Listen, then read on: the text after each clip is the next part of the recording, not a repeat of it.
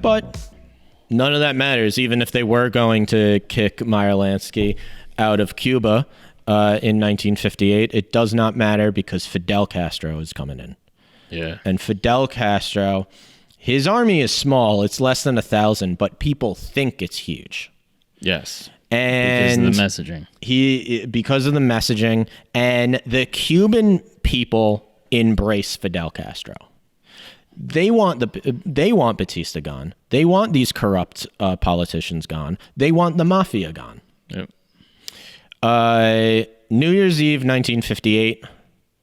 Fulgencio Batista and his cronies, they see their time is up, and they dip out.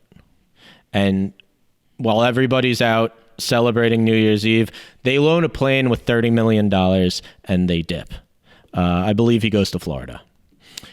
6 days later... If that plane crashed, would you be more upset about dying or losing the money? Who am I? I'm on the plane? If I'm a family You member, are the plane. I am the plane. We have the documents. Mr. President, you are the plane. 6 days later, Fidel takes... Shout out to planes that don't crash. Shout Appreciate out. you. I'm afraid of planes. I got to get over that. And then later, one of like Fidel's main dudes he assassinates by having his plane crash. Maybe that's how he got the idea. I gave it to him. All right, let's wrap this thing up. All right. So January 6th, Fidel takes over Havana. All the mob bosses, it's very clear he doesn't want the mob there. They go into every casino. They trash them. There's the famous photo of Fidel and all of his men hanging out in the casino lobby. They're knocking things over. They hold some of the hotel guests hostage for a couple of days. It's always fun. The mobsters get out besides Santo Trafficante, who is imprisoned by Fidel. For a time, Fidel thinks of assassinating him. The rumor is that Santo Trafficante gave him a bribe of like a couple $1,000 and was like, let me just leave to America. And a couple thousand? Got to come heavier than that. I don't know. Maybe it was a few 100,000. Yeah. But the story is that Santo Trafficante Jr. Bribed his way out of Cuba and was able to get it back. And the rest, everybody knows the rest. Fidel Castro took power. He keeps promising that he's going to hold elections, but he doesn't.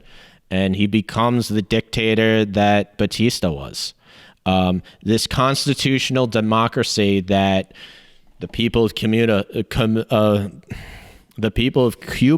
thought that they were getting back, the Bill of Rights that they thought they were getting back, it never happens. With Castro, yeah, it never happens. Fidel Castro just makes deals with the Soviet Union. It's almost They're like power communist. corrupts you or something. I don't know. Just a thought.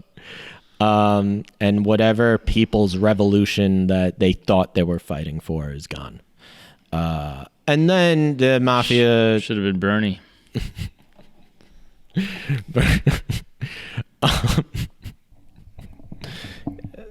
Yeah, Bernie Sanders wouldn't let that happen. No. And then the mafia teamed with the CIA and tried to murder Fidel Castro. And did murder JFK. And did murder JFK, possibly. I don't know. It depends on who you believe. And that's the story. And the mob never gets their money back. Meyer Lansky basically goes bankrupt after this. He tries to open up different casinos. After the whole Cuba situation? He's never able to get his money out. He had so much money invested in these casinos. He's never able to get out. For years, the mob is trying to get they're trying to get... Why didn't they just take their shit and leave before Castro... Because it wasn't liquid for the mafia. It's tied up in all these casinos. Yeah. And Fidel just ransacked all the places. You know, and to make matters worse, by that time, Las Vegas was doing pretty well. I know. Yeah. Exactly. And it's if you just kept with Las Vegas, you would have been better. And what does that teach you, ladies and gentlemen? The long term, the long game. Exactly. Johnny Long Game. Exactly. You got to play the long game always. Yeah, Meyer Lansky tries setting up in the Bahamas and a few different places. But they never, he's never really successful as a gangster. Again, he kind of goes into semi-retirement obscurity until Meyer Lansky dies in 1980. And for years, you know, there's assassinations attempt again. There's like over 600 CIA assassination attempts against Fidel Castro. Some including the mafia. Famously, the Bay of Pigs happens. Talk about like how much of a weird gangster Richard Nixon was. So Fidel Castro comes to America after he takes over. He, you know, at least there's like somewhat of an attempt to make peace. But the idea for the blueprints for the Bay of Pigs invasion have already been set up. Nixon and Eisenhower were already planning on killing this guy. And you see video of Nixon meeting with Fidel Castro, shaking his hand and basically being like, oh, you know, maybe we could, you know, our two countries can find peace. The entire time, Nixon knows he's going to try to murder this guy. Yeah. But then JFK gets elected, and you know the Bay of Pigs kind of gets botched, and it's a huge thing because JFK, through his campaign, his idea was just like, if the United States and the Soviet Union can have a mutual ally in Cuba, then we can have peace between our two superpowers. Then he's elected, he learns that, well, this invasion is already in progress and there's no stopping it.